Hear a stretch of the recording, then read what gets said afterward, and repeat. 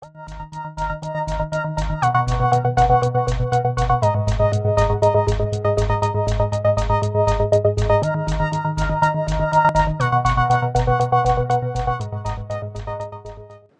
I said it yesterday, the famous Firehose. Has everyone seen this, the actual Firehose over in this data center? And so, you know, as I said, we're going to throw a lot at you, and the trick is to see if we can give you enough tools to work with going forward. Now, what happens typically is I get emails 4, 5, 10 years later where people said, I remember something that was thrown at us in that Firehose thing, and it really helped me at that point. So I'd rather give you more content faster than leave some things out. So before we get really started, why care about business models? Now, I don't know if we have people old enough in the audience to recognize this device. Anybody? Okay. If you don't recognize that, do you recognize that? How many people recognize the one on the right? Okay, it's an iPod. All right, so this was introduced to the Rio player in 1998. Those are the specs around it. It was a $200 item, and we'll come back to what happened to it. Look at the specs for the iPod. They're not substantially different, except that it cost twice as much and it had a bunch more storage. Now, doesn't any of you recognize the Rio, the one on the left? I mean, it's almost technically the same, right? A couple years earlier, could have had the market. Well, it did have there were some technical issues and a few other things, and what people talk about is the iPod had the beginnings of the Apple easy-to-use type thing. But the real thing underneath it was the business model of the iPod. Does anyone know what that was? What was connected to the iPod? iTunes. And iTunes was a place you could go and buy your content, and you could get it seamlessly and everything else. It just worked. Where the Rio, you had to go, you know, maybe strip your DVDs or your CDs at the time and load them up. It was a little cumbersome. But what the iTunes did by providing a big music store, it was a model that protected the revenue from iPod. It turned out in the early days, Apple made most of its revenue from the hardware sales. The iTunes was really a protective thing that kept other people out. You know, why would you go with another player if you could get the iPod and get music that easily?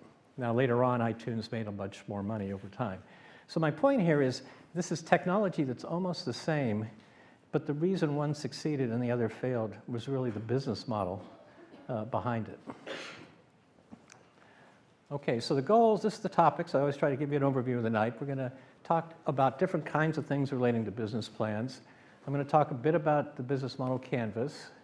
We're going to talk about some components of business models. There's another way of looking at it. We'll talk a bit about lean startup. I'll give you a few more examples of models, and then we'll look at valuation. Does it matter what kind of business model you have? And then some tips on how to implement a model. Okay, so that's where we're going tonight. So let's start off and remember the 3 whys from yesterday. First one was why this? Why is this idea worth pursuing? The size of the market or the problem. What was the second W? Why now, right? Why is this the right time to do it? Convergence of opportunity and solution. And the third?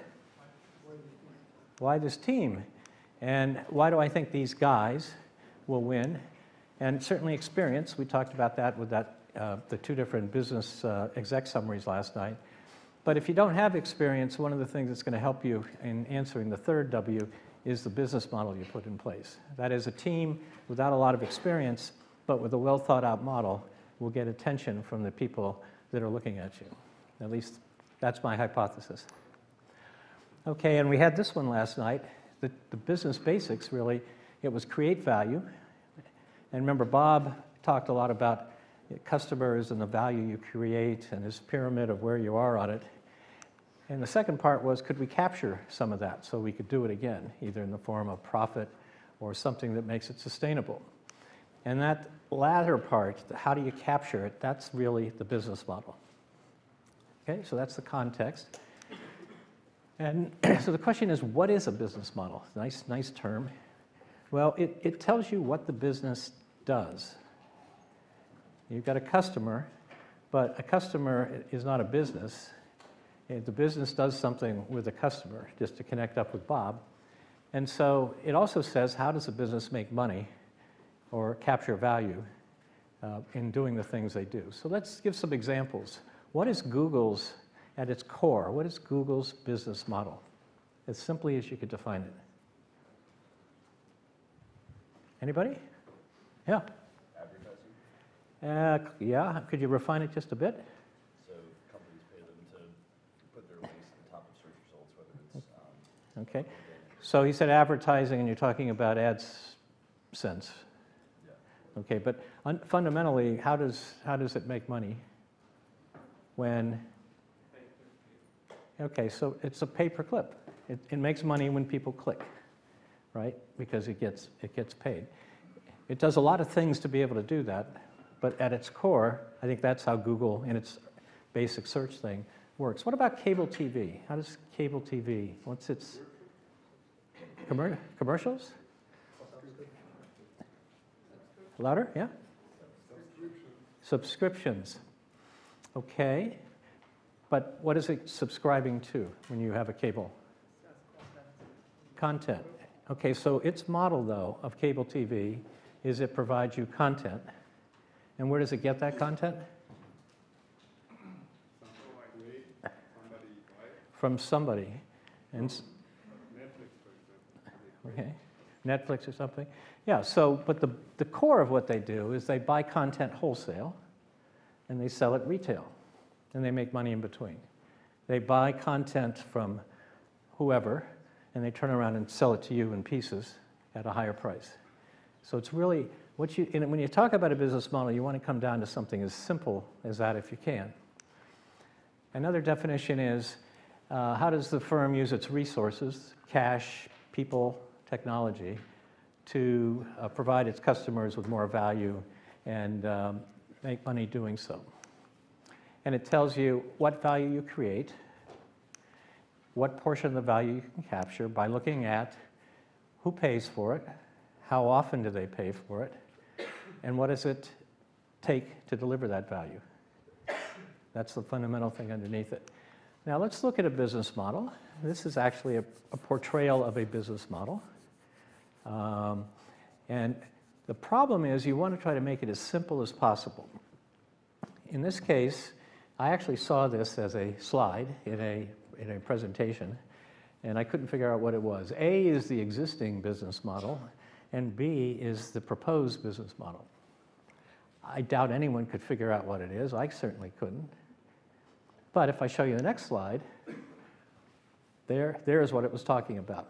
This is a model of building a bridge, the world's tallest bridge in France, to bridge from one plateau, Piedmont thing to the other, and charge money for you to go across there instead of all over the place. It was a very simple model.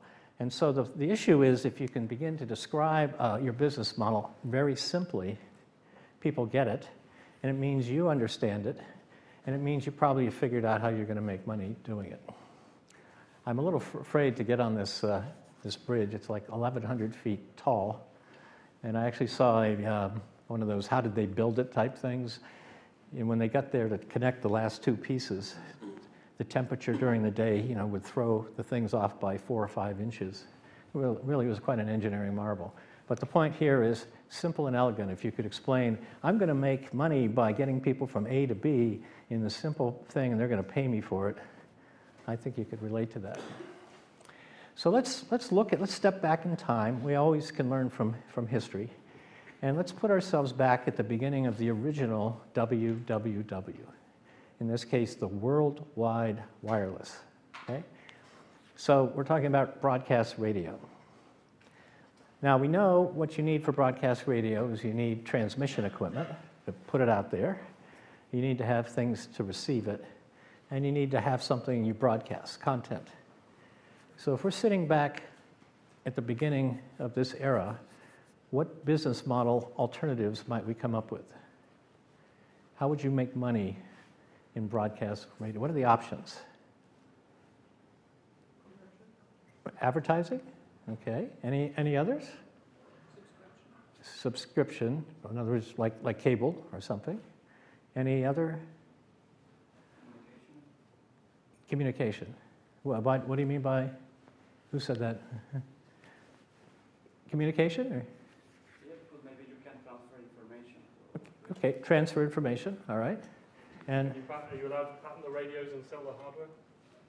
sorry, you could what? Are you allowed to patent the radios and sell the hardware? Yeah, you could sell the, right? You could have a model where I'm going to put this stuff out there and then sell you the radio and make my money on the hardware. That was sort of like a little bit iPod, right? Sold you the hardware and you could access their content. Okay, there are those, and I think we captured them. There's a pay per message, a telegraph type thing.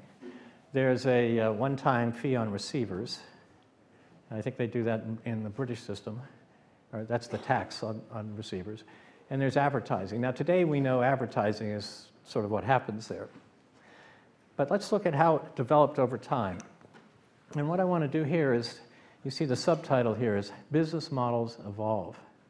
So let's look at the history of this and put yourself back as if you were an entrepreneur in the era when you're thinking, I think this radio thing is really real potential. So the history was wireless was around in 1890s or so, and British Marconi, and in military use in World War I, introduced a lot of people to the concept of wireless communication.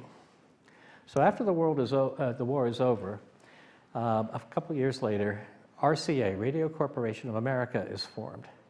And it's sort of an interesting story. It was a combination of General Electric that held some key patents, AT&T, which had patents on vacuum tubes, Westinghouse, and United Fruit. I've never quite figured out what United Fruit was doing in there. And the model that they chose was one-to-one communication. And what they looked around, they said, well, we can broadcast stuff long distances without laying all of that cable, like the submarine cable, under the Atlantic. And back then, it was 25 cents a word to send a telegraph from the US to London or London to the US. I looked it up, and that would be the equivalent of $3.25 per word. So if you think the abbreviations on texting are important, it really would be important if you're paying $3.25 for every word you send on your text. At the same time, RCA charged 30% less. Okay, so that was the first. It was a fee for service model. And then a couple years later, we saw the beginnings of actual broadcast radios because the equipment was becoming more available to transmit, and people could actually build receivers. If you were a tinkerer, you could build a little receiver with a crystal, and like kids do today. And the model was that they were all local because these are not high power broadcast things. And so the stations were sponsored by stores or retailers. So it would be WXXY or whatever, brought to you by the local farm cooperative or Macy's department store. And then quickly, a few years later, 4 years later, we see National Broadcasting System, or NBC, come along.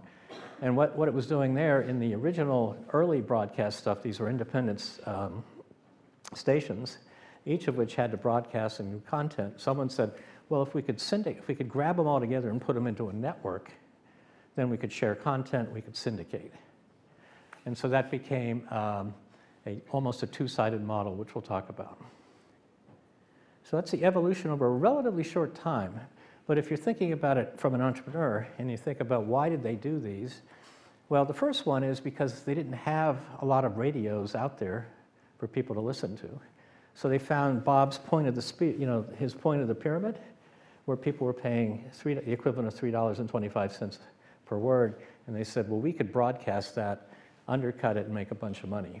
And then as the technology evolved more, it enabled more transmission equipment and receivers. Then the model shifted to a retail sponsored.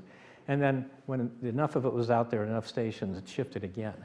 So sometimes when you're starting something and you take Bob's pyramid from last night, you'd start at one thing and you begin to progress down that as the technology matches what you can do with it. So it's a way of thinking about it. Always business models evolve over time. If they don't evolve, they probably end up dying. Okay? So let's try another problem. Let's say we have an existing product. It's used in offices. It's messy and semi-toxic. And being a good person talking to customers and with technology, you come up with a solution that avoids the use of messy chemicals and special materials. The benefits is that it's quick and it's clean. Okay, so there's the basic setup. Now, the prevailing business model at the time is a razor blade model. So they sell you the machine, or they give you the machine or sell it to you cheap, and they make it up on the materials, the supplies. That's the Gillette razor blade model. So you look at that and say, okay, maybe that's what I should follow. And then you do a little calculation and you say, whoops, my machine is going to be 6 to 7 times more expensive than what's in the market. And I can't go and license this to I don't really want to manufacture this stuff. A lot of people that have technologies would just as soon license it. I hear that all the time. It can work, but most of the time you actually have to go build something. And so, in this case, though, the existing manufacturers were not interested at all. And why would we get a license to build something 6 or 7 times more expensive and only get the same price for the supplies? So that's the conundrum, a real live conundrum that faced a group of entrepreneurs. How would you start to think about this if you face that situation? Anybody? Remember, we're talking business models to give you a hint. Yeah, up back. Get ahead and then sell to the larger company. Okay, get ahead and sell. Well, what would be the benefit to consumers?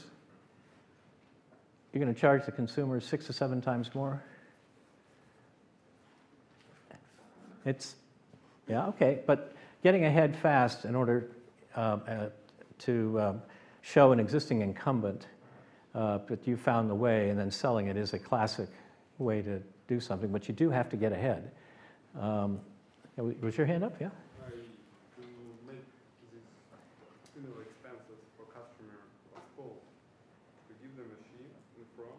Yeah? To have some. Right, you give them the machine in front, yeah? Make them want it Right? when they already have it. Okay. After they charge. Okay, so you're onto the same thing. You're saying that's a razor blade model, but you're saying maybe there's something about this technology that I can actually convince the people that's going to finance this that to help me put those things out there, because I have a proposition that's so compelling to the customer, I'm going to be able to sell a lot of the supplies. That's sort of what's there. Yeah, right behind. The premise of the setup is that the original solution is semi-toxic and slower than the current solution that we're having. So Right. potentially, by advertising the quicker and cleaner alternative that you're providing, Sure. you can argue that by avoiding that time cost and by avoiding that cleanup involved in the traditional solution, Yeah. you're saving money. For example, if people get sick, you have to pay their Okay. insurance to cover So you're looking at it and say, I'm going to look at the technology and I'm going to convince people this is better, both from a cost saving to you because you don't have all this toxic stuff and everything. And that certainly could be a viable way of doing it. But I'm going to jump to it unless you have one other, yeah? Sure. What if you rented the machine to the companies to allow them to use it? That way you don't sort of lose the machine. They have sort of a low barrier of entry to Yeah. just try it out and use it. Okay. You don't lose the 6 or 7 times. Yeah, but still the premise there is that you're going to sell a lot more, right? So you're all onto it. You're trying to figure it out. Here's what this case actually is. This is Xerox copiers. They marketed those machines directly instead of through the manufacturer. They leased it, so along the lines you were saying, at a low cost, and charged a fee. So for your monthly lease, you got 2,000 copies, and it was a reasonable fee. Now the key here was at the time the average business copier made 15 to 20 copies, or to 20 copies per day. So 300 to 400 a month. So they went in and they said, if you lease our machine, you can have 5 times the number of copies. for the price that I'm giving you. And here are all the benefits I have. You don't have the, the smell and the cleanup and everything. And in order for that to succeed, you had to have a huge number of more copies made. And what we know is from photocopies that it was so easy to do as opposed to the old slimy thing.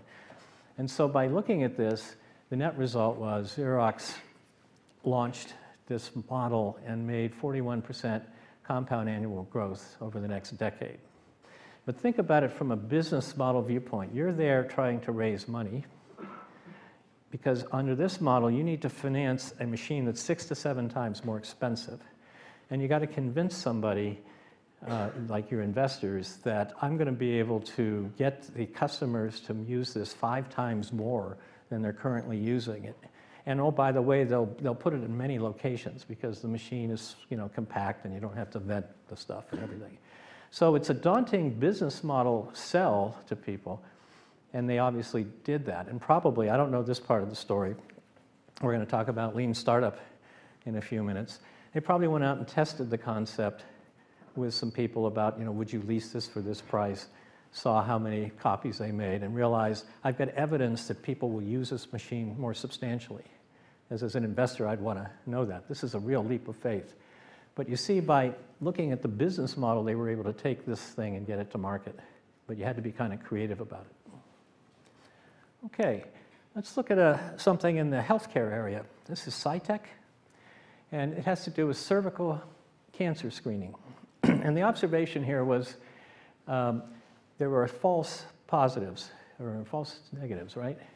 A problem. They wouldn't, the test would not catch the cancer. That's a problem. But the problem is cancers were missed, and who did it affect? Obviously the patient, but everyone else in the healthcare system, the payer, the physician, and everything. It's a weird system, so let's look into it a little bit more. Their insight turned out in the way you prepared the sample using a thin slice thing would catch more cervical cancers, and that would be a big benefit. The problem is the U.S. healthcare system, and just for those who have not experienced the wonders of it, the purchase decision, the person who is getting the benefit is not the person who actually makes the purchase decision, because patients typically don't pay directly for things. The person that decides what is going to be ordered is dependent on the provision of data that says this is something I want to order, but they can't really get that data unless those tests are provided and reimbursed so that people use it. So what Cytec did is they looked at value chain, and we're going to look at some value chains later tonight, and they said, we're going to figure out a way to disrupt this value chain. Physicians were the sole decision makers on which labs to use. The labs determined which manufacturers they were using, and it all has to relate to reimbursement because the patients normally don't pay for it. So what they did is they worked with physicians, they showed how this worked, and they gave physicians a form that said, you should think about giving this to your patients. And it basically said 25% of cancers are missed by the tests that I can prescribe for you that you'll be reimbursed for. There's a test that is not free that'll cost $25 that you'd have to pay for. And I want to make you aware of this option. Please sign this form as to which option you want to do. And so faced with the idea that there's a 3 in 10 chance that this test is not going to catch whether I have cervical cancer, and it's $25, I think a lot of people said, I'll pay for the test. It had to totally change the behavior of people and how they interacted with the medical system. So the result was, and if you think about Bob's identifying who the customers are last night, the physicians win because the physician has less liability now, right? Because he's not going to be at risk for missing something. And he's up to date, or she's up to date and can use the technology. The patient certainly wins, right?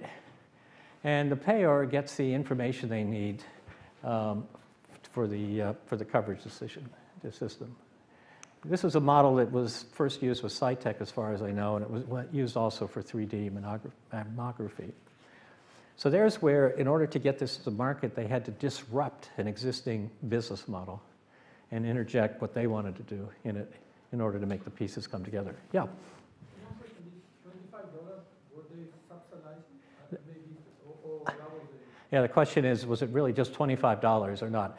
That I have not been able to find out. There is a case study on it, and I was trying to read up on it today just because I knew someone was going to ask that question. The point was, if that test costs $300 or $400, there are times when you introduce a product in the market, your beta version, you're off usually subsidizing stuff. I'm in the middle of, we just signed, a company that I co-founded signed a big collaboration agreement for an over-the-counter medical device with a major consumer product company. And our first set of sales on that are going to be really heavily subsidized because as we learn, who's going to be buying it, et cetera, we're not going to go out and spend the money on, ASICs and things like that until we know more. But the point is, over time, we'll drop that cost curve down.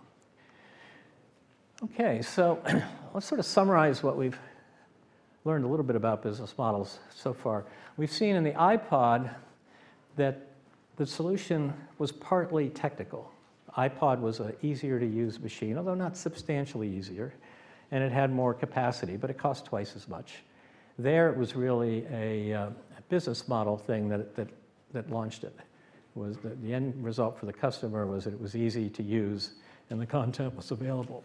In broadcast radio, we looked at how a model evolves over time as the technology adopts, and they could move along. In the case of Xerox, we saw that a financial model or a financial approach actually enabled the whole value to be delivered to the customer. But it was a big leap of faith that had to be tested out. And then in Cytec, we saw this is really a business that could only get off the ground if it disrupted in some way the existing business model.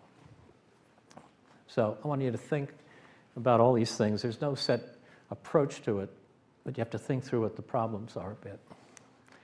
So for the rest of the topics, I'm going to next talk about the business model canvas. How many people have done a canvas? 1, 2, only maybe 5%, I'm guessing. That's interesting. I see them all the time, especially when I go around the country and we go to incubators and accelerators. And there's a program that Bob talked about in the Midwest where we do something on business models and we say, we know they've been to incubators, et cetera. And we say, okay, if you've done a business model canvas, present that the first day. And the problem is, it's become almost a cookbook. And it takes very little time to sort of absolutely destroy what they've done because they haven't answered the kind of questions that Bob was asking last night. But still, it's something you should know about, and it may be useful to you, like some of these other techniques. So there's a book, Business Model Generation. It's actually an easy one to read, kind of interesting. This is actually the business model canvas. And you can think of it as a bit of a storyboard. The concept of a storyboard when you're making a movie or something is you sort of draw it out. Here's what it's going to look like. In the Black Panther movie, here's the first setting, here's the next setting, and you sort of tell the story. In the center of this, there are 9 boxes, and the center is the value proposition. And Bob talked a little bit about value proposition tonight, and I'll touch on it in a moment. It's like, what are you offering that's part of your business? To the right side, these are all customer and channel type things. It talks about what is our relationship with the customer, which talks about things like, is it direct sale? Is it through channels or distribution? How do we interact with customers? And then there are different customer segments. Which segment are we selling to? And we'll come back to some of that. So that's the right side. We have a value proposition, and we're aiming it at these customers. And here's how we're going to work with these customers. On the left side, there's sort of what does it take in terms of activities to deliver that value to the customers on the right. And they talk about what has to be done. What are the resources that are needed? And with this, you can begin to think about, well, do I do it all here? Or do I outsource? and so you try to figure out, how that works. And at the bottom is the economics. What are the costs and revenue? How do I make money on it? So that's sort of the basic canvas. And the idea is you can play around with those and, put stickies up and do things. And the problem is a lot of them you see just are really, they're almost like sticky, stick-its, post-it type exercise. These have to be really validated in the field with actual customers and thinking it through.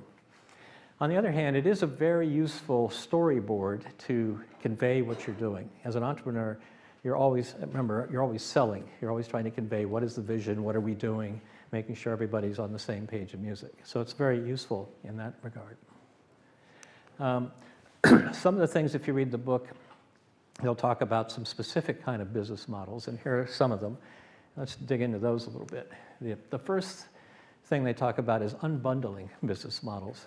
Now, excuse me, that's sort of aimed typically at large companies, and the example is mobile telco, mobile service providers.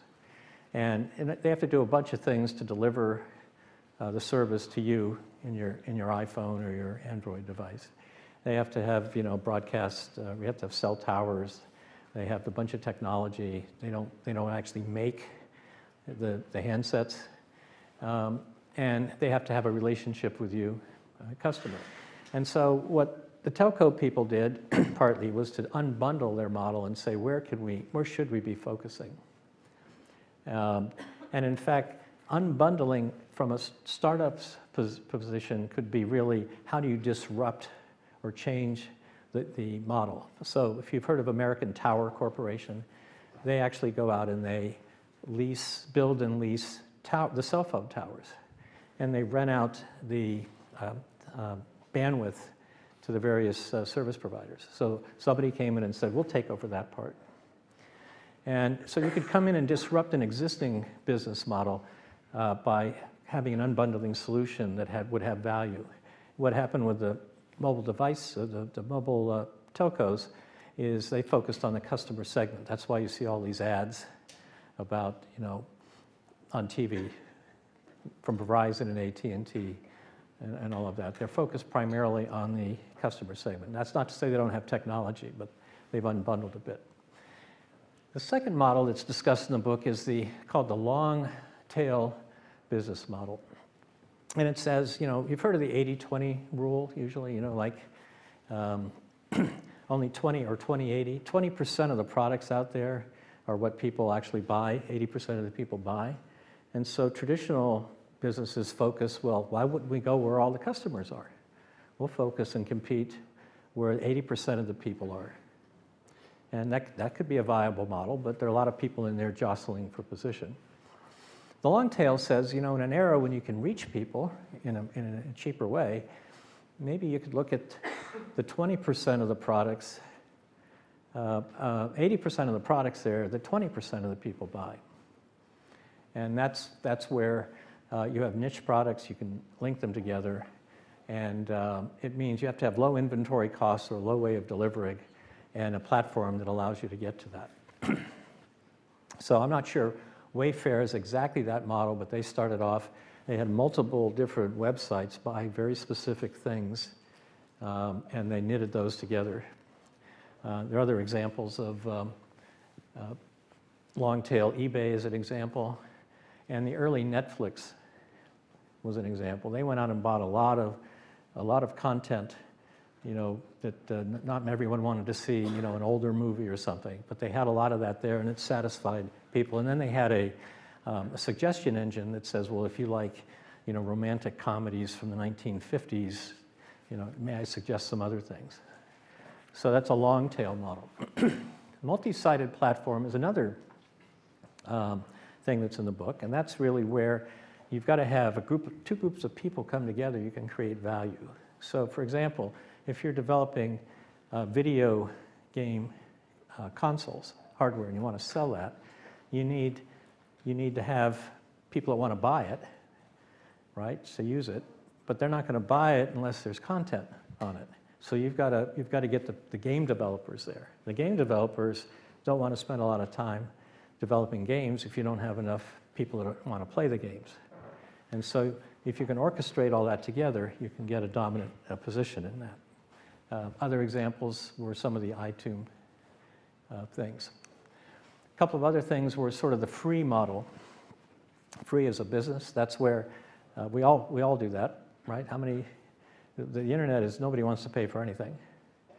And the free model is, well, if we can attract enough people by giving away something, we can figure out how to monetize them through some other fashion, through other parts of the business model or some other group.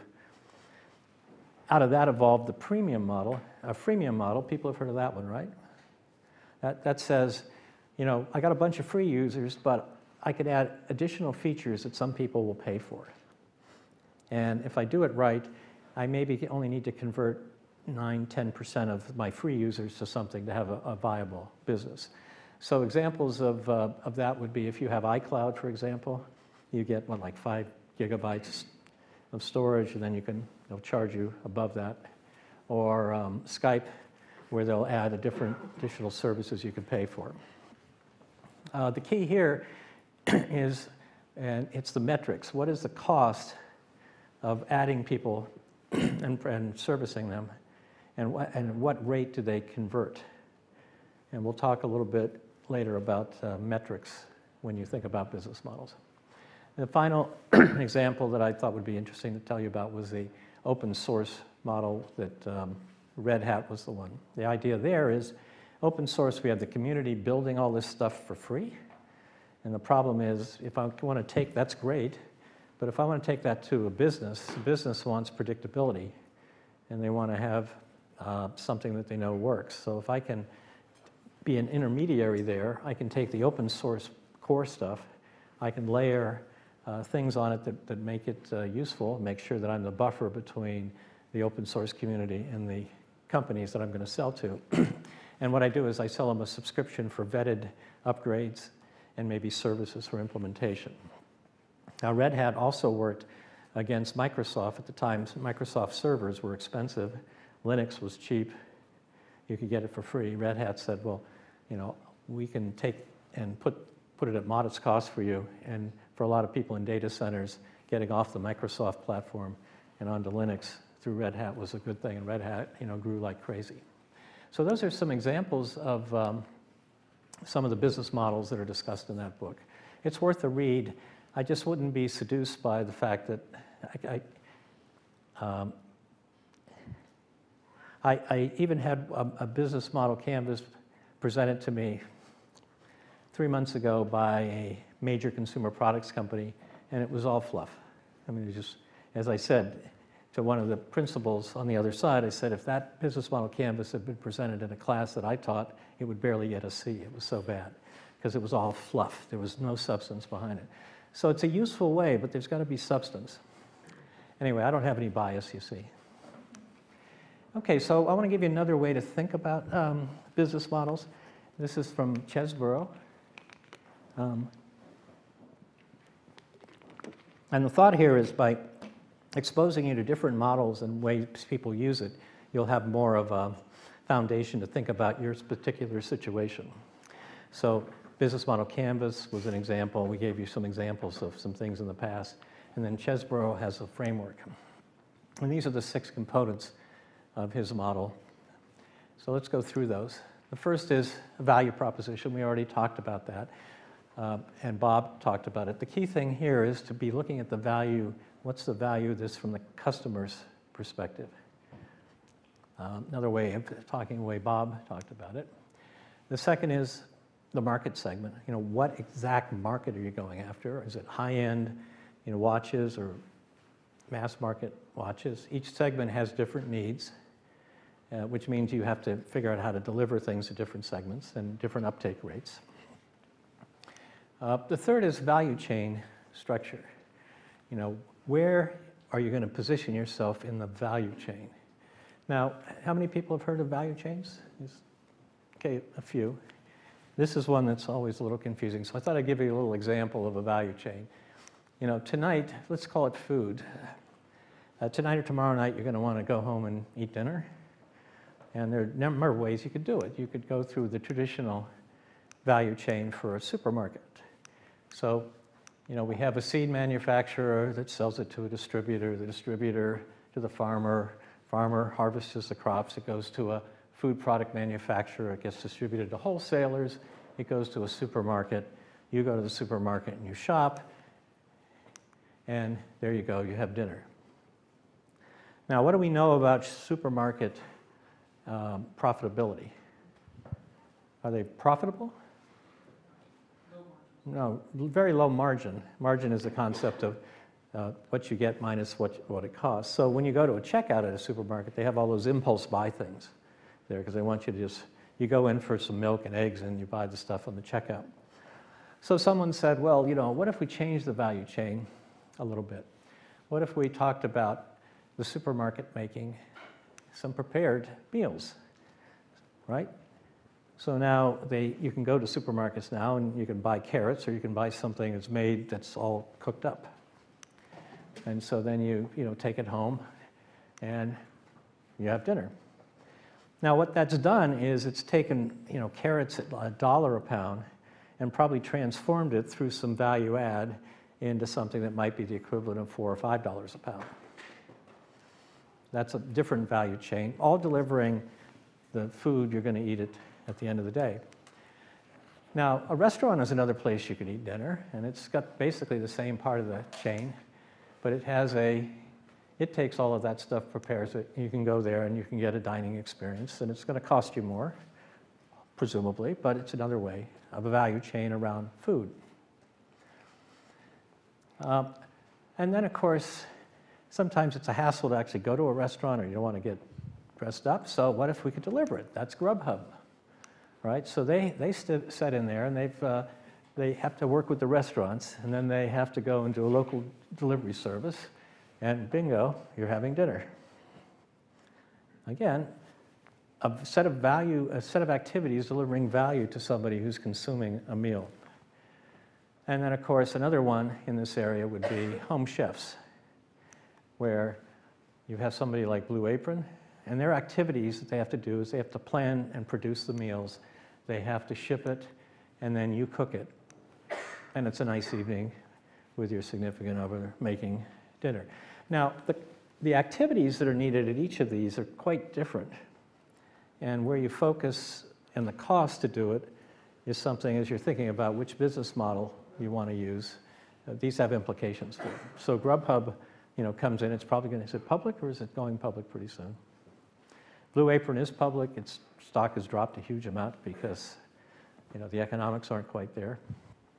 But these are examples of value chain as you're thinking about, you've got your customer, and this is going to partly define your customer segment because not everyone wants to do a Blue Apron thing, and some people would just soon pick it up in the supermarket, and some people will do all. They'll pick up a prepared meal some night and they'll get a Grubhub the other night, and maybe for the weekend, let's try some meals some recipes I never would have tried. So that's value chain.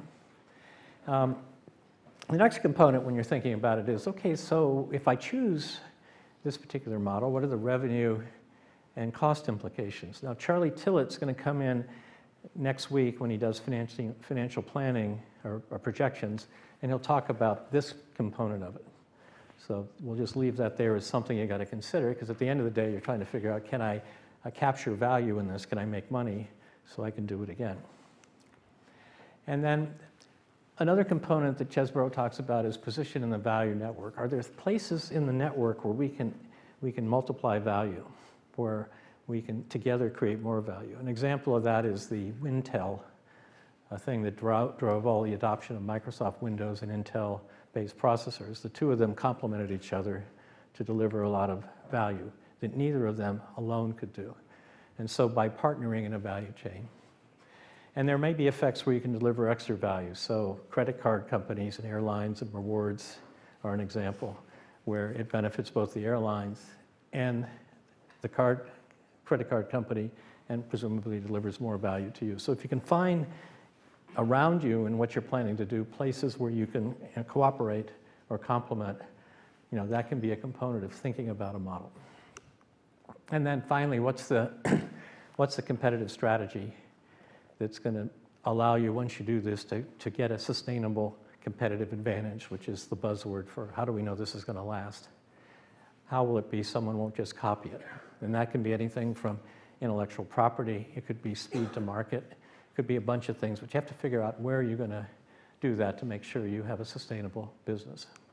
So those are the 6 components that Chesbrough talks about. Again, these slides will be available. I think they're maybe even on the website right now. Okay? So I want to talk a bit about lean startup. How many people have heard of that term? Okay. It's good. I was afraid when I put up there, every hand goes up, and then I have to tell you stuff you already know. This has been a popular, in the world of business, they have these trends that come along, and it's the latest, hottest trend, and you're supposed to know that. And everyone runs around it, and professors who put it out there make a bunch of money lecturing on it and stuff.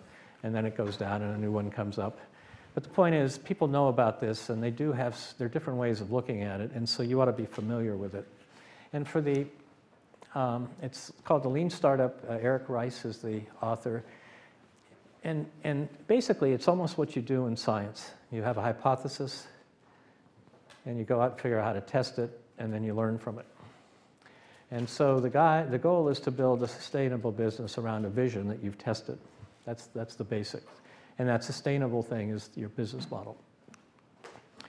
So when you're doing a plan, you have a set of assumptions, and the strategy and the plan is based on the assumptions. And the question is, are the assumptions good? So if we think about the Xerox case, there was a plan, there was a model that they were going to go out and test.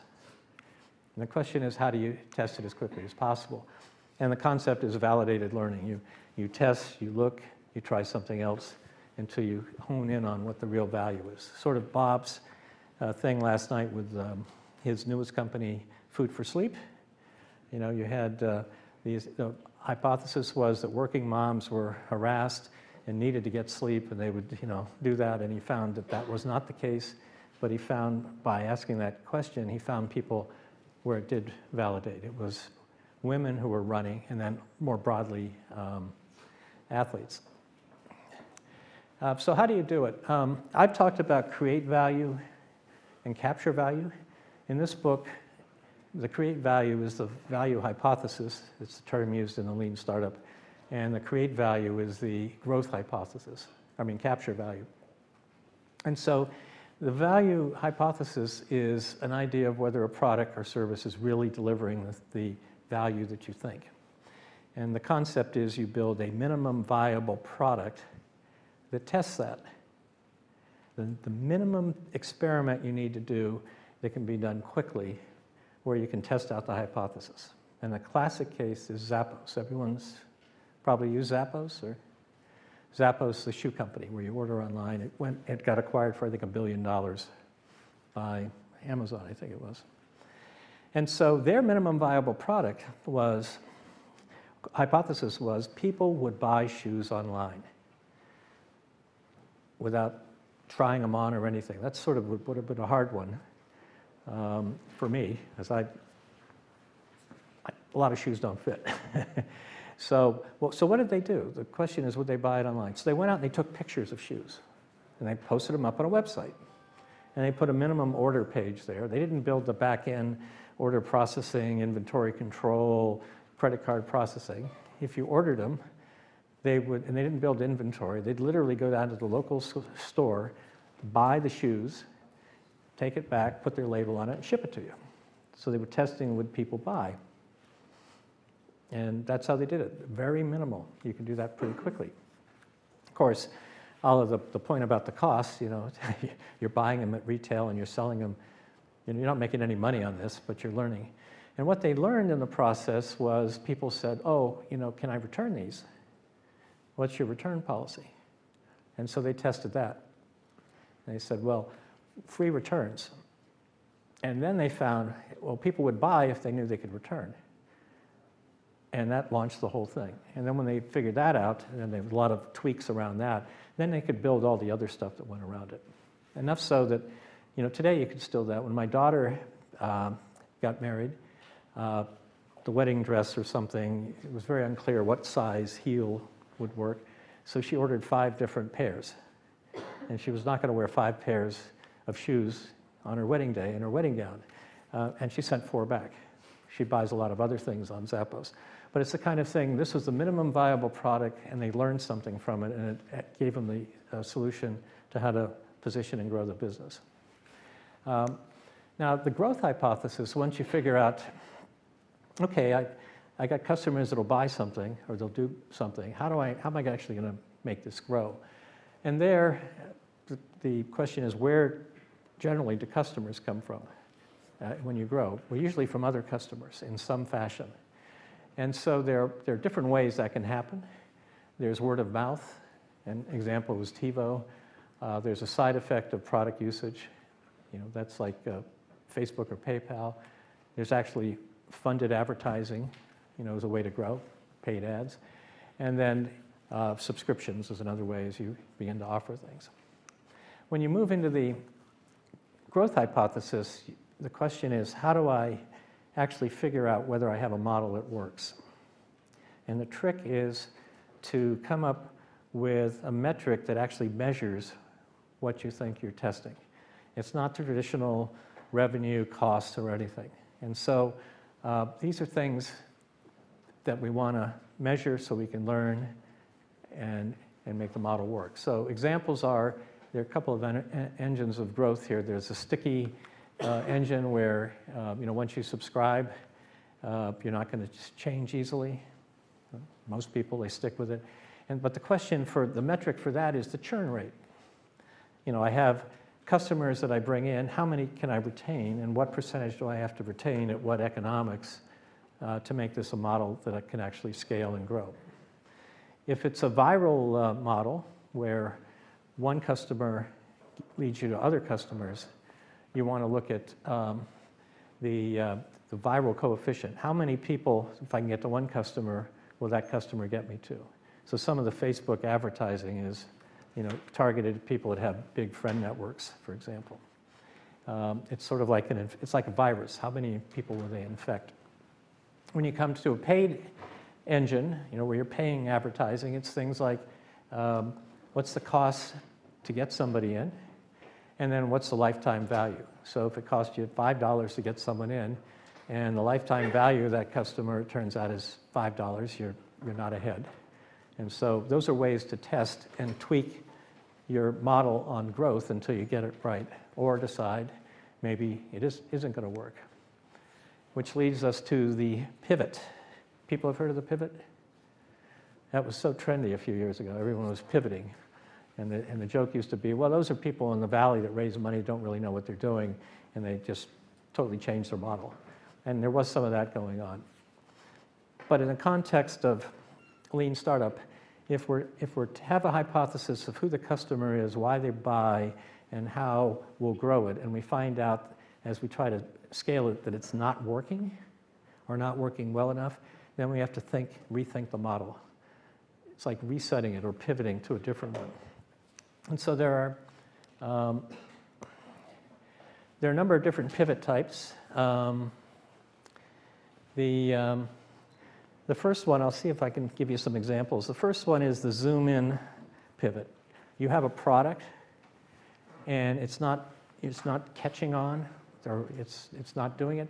Is there something you're doing that could be the product by itself that would make it work? An example that came out of the 100K competition was Dial-A-Fish. It was the winner, I think, in the second year. Was it second year, Yost?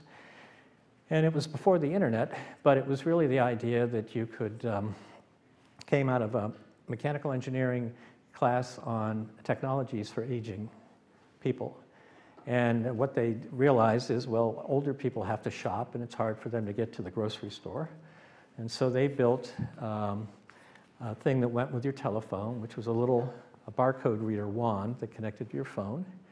And you dial up a number, and the phone would talk to you, and you would like to order, and they had a catalog.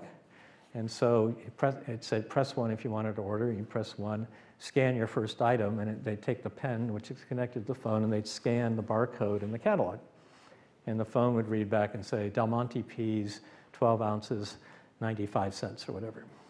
And that's how you did it. This was all pre-internet. And they went out and they went to supermarkets and they looked at surveys and they said, you know, what activity do people have to do a lot? Shopping for groceries. And what activity do people not like to do a lot? Shopping for groceries. And they said, this is great, you know. We have a way you can do this and shop. You don't even have to, back then supermarkets weren't open 24 hours a day. And so they said, this is a great business. And so they decided, they won the competition. Probably because I think they were the only, back in those days, the only plan that ever said customer. The rest of them read like grant proposals, except for Yoast. When they went out there and they realized, and so the economics made a lot of sense. If you go to a grocery store, you know, they rent space, typically, they don't own it. They've got to keep everything looking somewhat clean for you, right? And they got to refrigerate stuff. There's a lot of overhead with it, and that's why the margins may be so low. But if you could fulfill a grocery order out of a warehouse, you know, that would be good. The other thing with grocery stores is that they typically, if they're renting space, the landlord gets a percentage of the gross. So for every $1 that they take in, he gets 2% or 2 cents or whatever. And so the idea is if you can move a lot of this activity into the warehouse, you know, you could save, you could make grocery stores smaller, there are a bunch of things. So they went and they talked to stores, and as you can imagine, there was some compelling economics, but it was just very slow. I mean, they talked to Kroger. I took them in, and at the time, one of my law partners was the former general counsel of First National Stores, and he gave them a lot of insight on how it worked. And they said, well, you know, we could get there eventually, but it's not going to work for us. Well, what they did is they looked around and they said, what is it that we have here that's valuable, that's unique? And it turned out to be that voice system over the telephone. So they sold off the stylus, the barcode reader, to a company, and they focused on developing the software around what became visual voice. What they recognized was, at the time, if you wanted to have a private telephone system, you know, in an office, you'd have to buy these expensive PBX systems. They cost hundreds of thousands of dollars. But with the PC, you could put that stuff on a personal computer.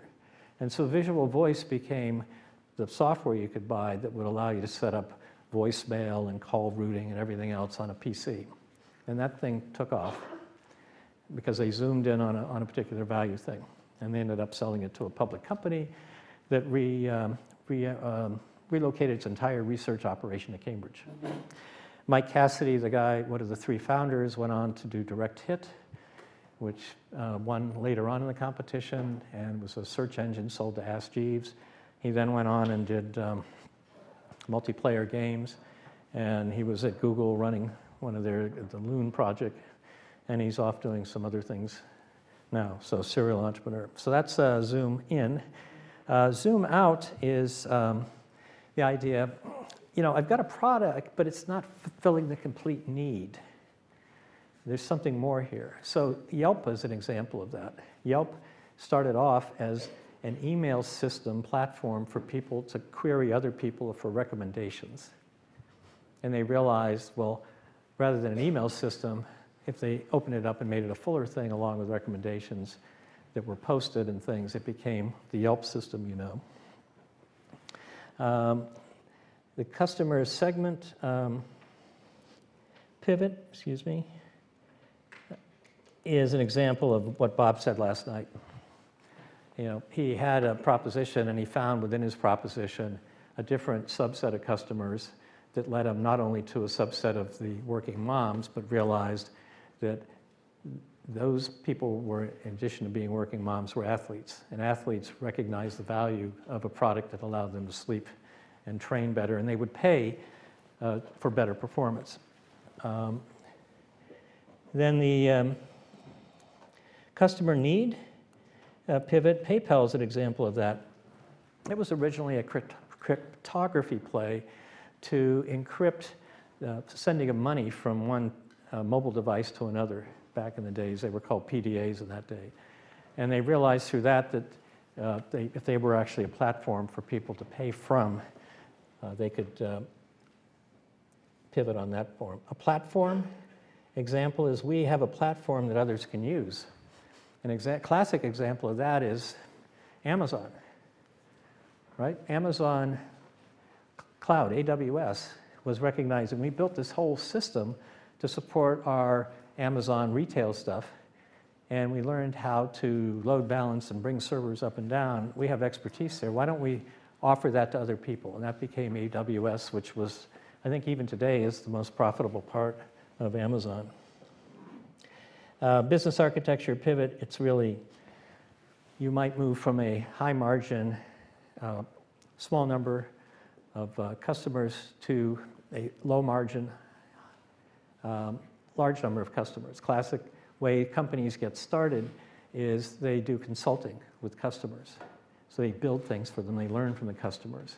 And that's a great way to fund yourself as you're delivering value to a customer. The problem is that consulting is a pretty high margin business. You probably charge it out at twice your actual cost. And the transition to maybe productize what you're doing into something that could go more mass market, that's a very difficult transition because, you know, you have one customer who pays you $100,000, and now you've got to get how many customers that will pay you $500, and how do you transition through that? But that's a pivot that's happened. Other examples are engine of growth pivot, the original Hotmail. They got subscribers in, you know, by marketing to them. And then somebody one day said, well, if we put at the bottom of each message that went out under Hotmail, click here to get a free Hotmail account, then when I send an email to Yoast, he might say, oh, I might try that. And then he sends an email and then, you know, to 10 people. And that was, they adopted that model that got them going. A technology pivot, it's often something large companies do. They're providing something to their customers, and they either want to extend their brand by offering additional things, or they're trying to stave off competition, and they adopt a new technology to do the same thing. It can be done with startups. In some ways, that's sort of what a disruptive innovation is from a startup perspective. So I thought I would introduce you to some of those concepts. The book tells you more about it, and it's worth a read.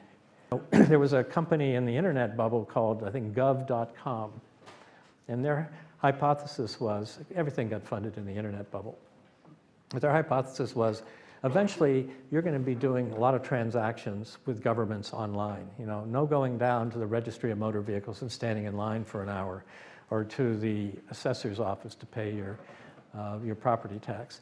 So they put up a website, and you entered the bills there, and you actually paid them. They turned around, filled out the forms, put them in envelopes, put a stamp on it, and mailed it to the governor. And they were trying to test out the idea, would people use it, and what were the impediments to it. And if they got enough people using it, then they had a captive audience, and they could then turn around on the other side and say to governments, you know, you really want to open up all these envelopes with stamps? What if we could batch these together and do something? And so that's an example of, you know, doing the minimum kind of thing. So it's the point of these is that there's no general formula of how to do it, but it's the questions. How would I test it? And how, you know, I've got this limited resources and this limited time, and I got to convince somebody, me, because I'm trying to be the entrepreneur here, or the financing people that I want to have on board, or the engineer I want to come and, you know, team up with. You know, what do I need to do to get those people believing in the vision, including me? Because if this doesn't work, as Bob said, I'm a good jockey. I maybe just got the wrong horse, and I'll go find another horse. Okay, so business models. Here's some more examples, just so you're familiar with the term. Subscription, you know about that. Those are magazines and other kinds of things. Razor blade, we talked about. That was the original Gillette model. And again, it's the idea that you sell the basic thing and you make your money on the replacements. Inkjet printers, that's a classic example of that.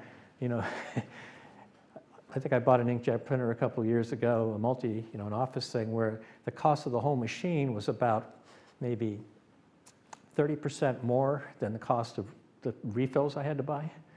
And they only gave you enough for maybe 100 copies. And so I thought, what a bargain, $100. And then I go down and buy the ink, and it's, $85 for the ink.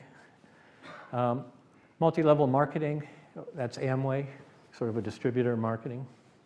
Network effects, where you're using the network to reach people, Facebook kind of things. Cutting out the middlemen, that's sort of any kind of the disruptive online retail versus distributors and all of that stuff. Bricks and Clicks was a Barnes & Noble thing. You can go to the store, you can get it online. I can reach you in both places. That was a key thing with many of the retail companies.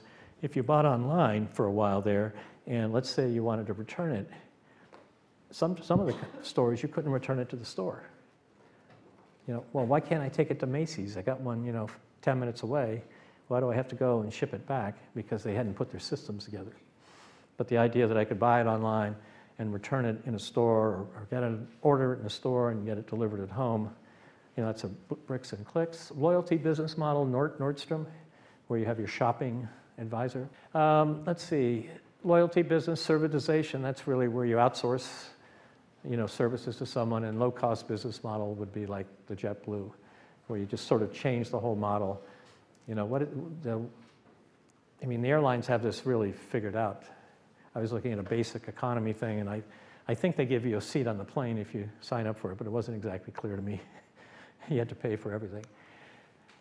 When you look at the models and you think about them, you have to begin to think about what are the pros and cons. So here's some different kinds of models you might look at, direct and retail, et cetera. And I'm going to just take a couple of them and walk you through the kind of questions you might want to ask as you're evaluating them. So in direct sales means you're sending one of your people or somehow contacting the customer directly.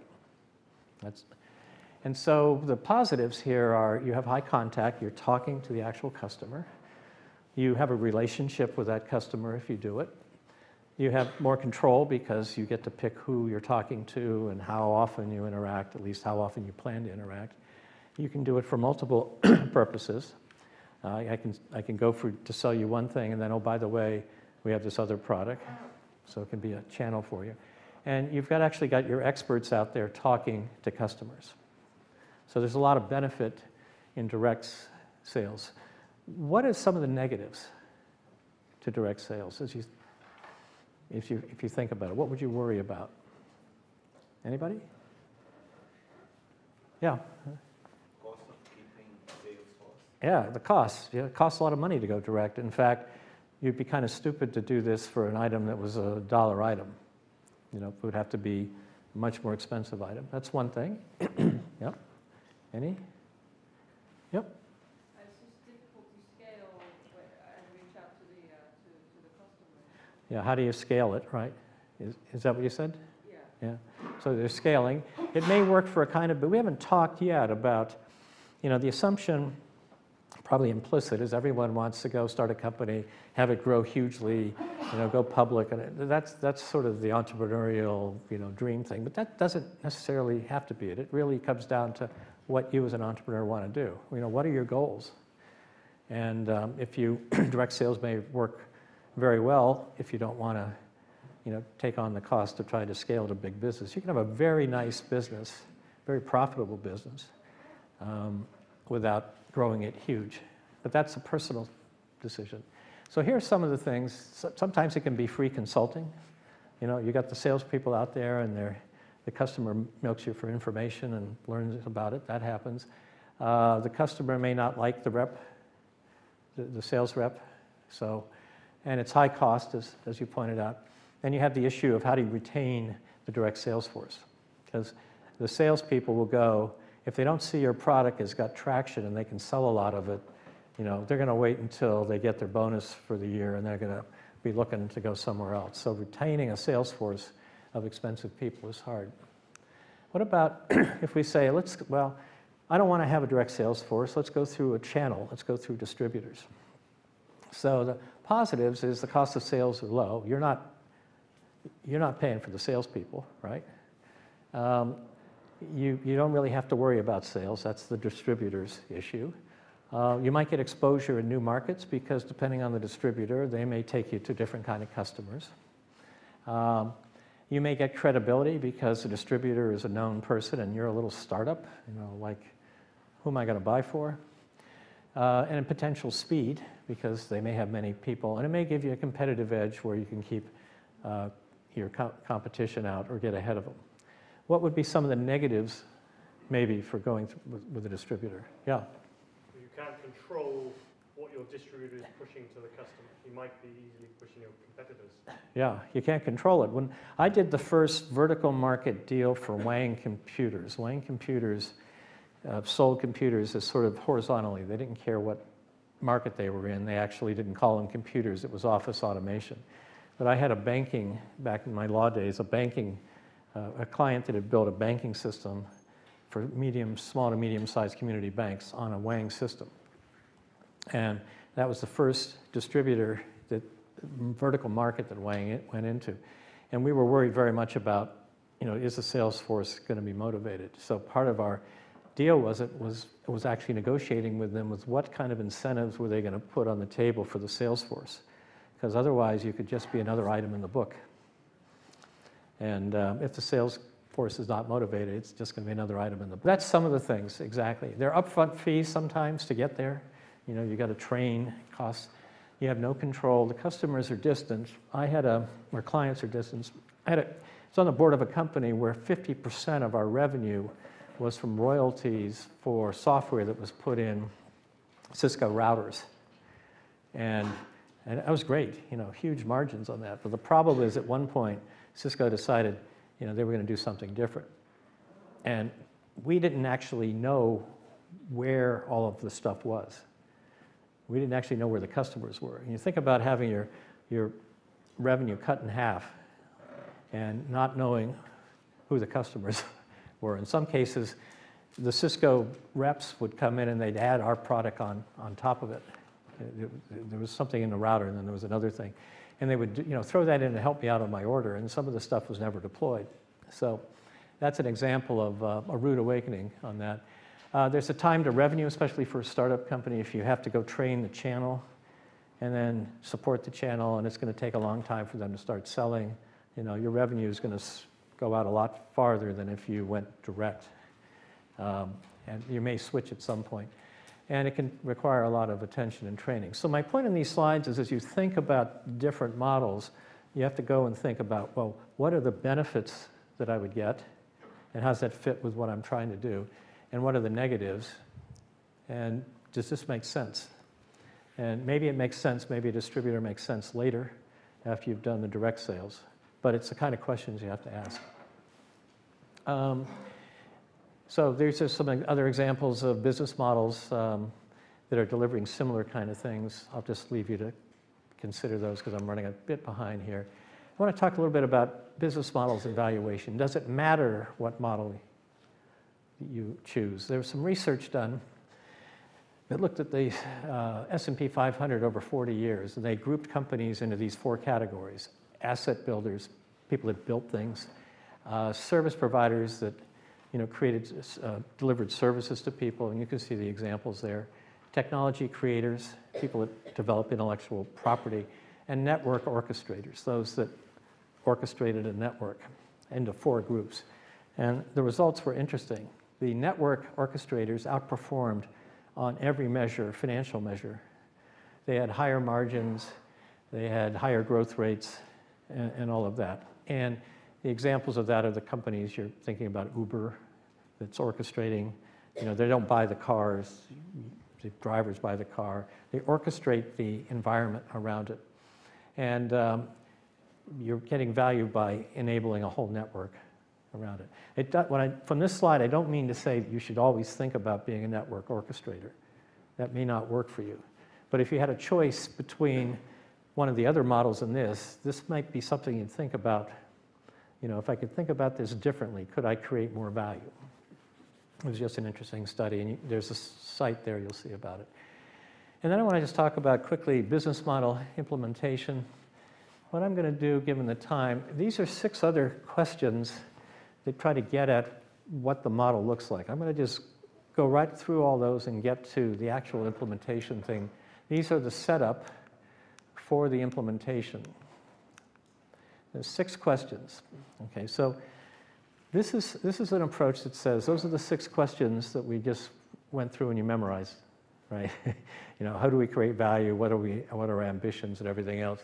And when you answer those questions, whatever those are the foundational level. That sort of establishes something you want to do. But it could very well be easily copied by competitors. So the question is, underneath that, is there a proprietary level? Are there unique combinations that will make this unique to you and make it hard to copy? And if you find that, then how do you go about implementing all of that? So what does all this mean? Here's an example from Southwest Airlines. This is the actual implementation of this. The question was, how do we create value at the first level? And forgive me for reading it. They decided at Foundation they were going to sell services only. They were going to have a standardized offering, narrow breadth, shallow lines. They're going to sell the service themselves. They're going to deliver it themselves. And they're going to be a direct distributor. That's the foundation of what they were going to do, creating value. The question is, how was it proprietary? How did they think about it? They said, well, we're going to do short haul, low fare, high frequency, point-to-point service. We're going to deliver fun. We're going to serve only drinks. We're not going to assign seats. We're not going to use travel agents. And we're going to have fully refundable fares. So that was their way of implementing that model that they did, which is different than other people. So if they said that's a good model and they decided that worked, what are the rules that they set up to say, when it comes to making decisions, how do we make sure we're making the right decisions? And some of the simple things they did is the maximum one-way fare should not exceed a certain amount. So as they planned their routes and where they went, that was one of the things they did. And the maximum food cost should be less than a certain amount. So they were specific rules that helped them in their planning and execution of the model. The second level of questions were, for whom do we create value? And at the Foundation, they were B2C and B2B. They were national, they were retail. They were broad market. Anyone could fly it, and they were transactional. They weren't really trying to initially create, a relationship. And the proprietary level on this was they did a managed evolution from regional airports. So in Boston, for example, they weren't at Logan. They went to Manchester, and they went to Greene Airport in New Hampshire and Greene Airport in Rhode Island, because there they could actually have control over gates and other kinds of things. So they weren't going to go to major places initially. And the rules were specific guidelines for serving cities and some idea of, could we get this kind of penetration when they made their model. So it's not one, if you have a model and you don't have the rules and ways to implement it, then you just have a model. The third question under this framework is, what are our core competencies? What are we good at? And is that what we want to focus on? And they said, well, we're really good at production and operating systems.